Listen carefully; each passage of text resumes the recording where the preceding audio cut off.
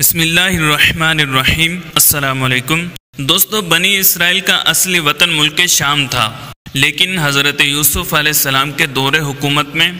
یہ لوگ مصر میں آ کر آباد ہو گئے اور ملک شام پر قوم عمالقہ کا تسلط اور قبضہ ہو گیا، جو بدترین قسم کے کفار تھے۔ جب فرعون دریائے نیل میں غرق ہو گیا اور حضرت موسیٰ علیہ السلام کو فرعون کے خطرات سے اطمینان ہو گیا، تو اللہ تعالیٰ نے حکم دیا کہ قوم عمالقہ سے جہاد کر کے ملک شام کو ان کے قبضہ و تسلط سے آزاد کرائیں۔ چنانچہ آپ 6 لاکھ بنی اسرائیل کی فوج لے کر جہاد کے لیے روانہ ہو گئے،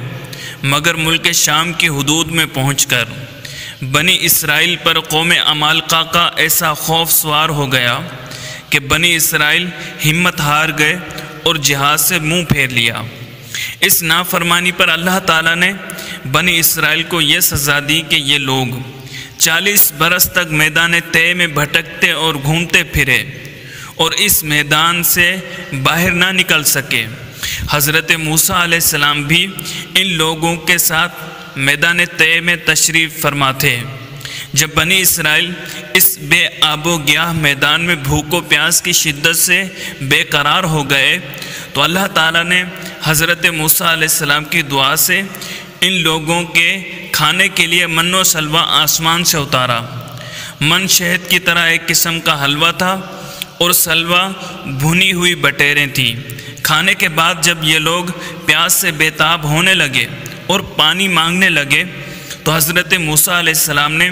پتھر پر اپنا عصا مار دیا، تو اس پتھر میں 12 چشموں کی ٹوٹیاں پھوٹ کے بہنے لگیں اور بنی اسرائیل کے 12 خاندان اپنی ایک ایک ٹوٹی سے پانی لے کر خود بھی پینے لگے اور اپنے جانوروں کو بھی پلانے لگے، اور پورے 40 برس تک یہ سلسلہ جاری رہا۔ یہ حضرت موسیٰ علیہ السلام کا معجزہ تھا جو عصا اور پتھر کے ذریعے ظہور میں آیا۔ قرآن مجید نے اس واقعے اور معجزے کا بیان کرتے ہوئے ارشاد فرمایا، اور جب حضرت موسیٰ نے اپنی قوم کے لیے پانی مانگا تو ہم نے فرما دیا کہ تم اپنی لاٹھی سے پتھر کو مار دو، تو اس پتھر سے 12 چشمے پھوٹ کر بہنے لگے اور ہر آدمی کو اپنے اپنے پینے کے چشمے کا علم ہو گیا۔ دوستو، اگر آپ کو ہماری یہ ویڈیو پسند آئی ہے تو لائک کیجئے، کمنٹ کیجئے، اپنے دوستوں کے ساتھ شیئر کیجئے، اور آپ نے ابھی تک ہمارے چینل کو سبسکرائب نہیں کیا تو چینل کو سبسکرائب کر لیں تاکہ ہماری ہر نئی آنے والی ویڈیو آپ تک بآسانی پہنچ سکے۔